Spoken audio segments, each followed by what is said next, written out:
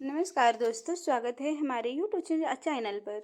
प्राचीन काल में राक्षसों अपनी तत्व के बल पर ऐसी शक्ति प्रदान कर लेते हैं जिसकी सामान टिकना देवते के लिए भी मुश्किल हो जाता है। राक्षस अपनी शक्तियों का प्रयोग करके अंतक और भय फैलाते थे। ऐसे ही एक घटना रक्त बीज नाम से राक्षस से जुड़ी है। रक्त बीज का अंत माँ काली के हाथों से हुआ, लेकिन इस दौरान गलती से माँ काली का पांव भगवान शिव के ऊपर आ गया था। आइए जानते हैं उस घटना के बारे में। एक बार रक्त बीज नाम के एक राक्षस ने भगवान शिव को प्रसन्न किया और उससे एक वरदान हासिल कर लिया। रक्त बीज को यह वरदान मिला था कि उसका खून जहाँ भी गिरेगा वहां से उसके समान राक्षस पैदा हो जाएंगे। रक्त बीज को अपने इस गुण पर बहुत अभिमान था, इसलिए उसने अपनी शक्तियों का गलत इस्तेमाल करना शुरू कर दिया।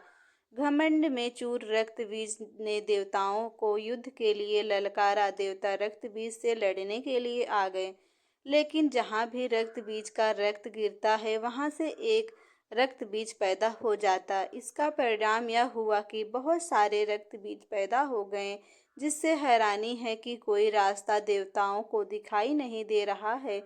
घबराहट कर सभी देवता माँ दुर्गा के पास पहुँचे और अपने प्राणों की भीख मांगने लगे।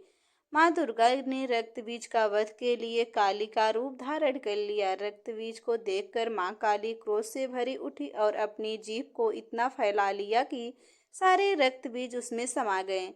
अब जहाँ भी रक्त बीज का रक्त गिरता माँ काली उससे पी जाती। रक्त बीज को समाप्त करते हुए माँ काली इतना क्रोधित हो गई थी कि उनको शांत करना मुश्किल हो गया था। माँ काली को यह रूप विनाशकारी हो सकता था, इसीलिए सभी देवता भगवान शिव के पास पहुंचे और बोले कि आप ही हैं माँ को क्रोध से शांत कर सकते हैं। माँ काली के क्रोध को शांत करना भगवान शिव के लिए एक आसान नहीं था, इसलिए भगवान शिव काली माँ को मार के लेट गए। क्रोधित में माँ काली ने जैसे ही शिव के ऊपर पांव रखा वे झिझका कर ठहर गई और उसका गुस्सा शांत हो गया। तरह भगवान शिव ने देवताओं की मदद करी और माँ काली के गुस्से को शांत किया, जो सृष्टि लिए भयंकर हो सकता है। दोस्तों, हमारा चैनल सब्सक्राइब जरूर करें। धन्यवाद।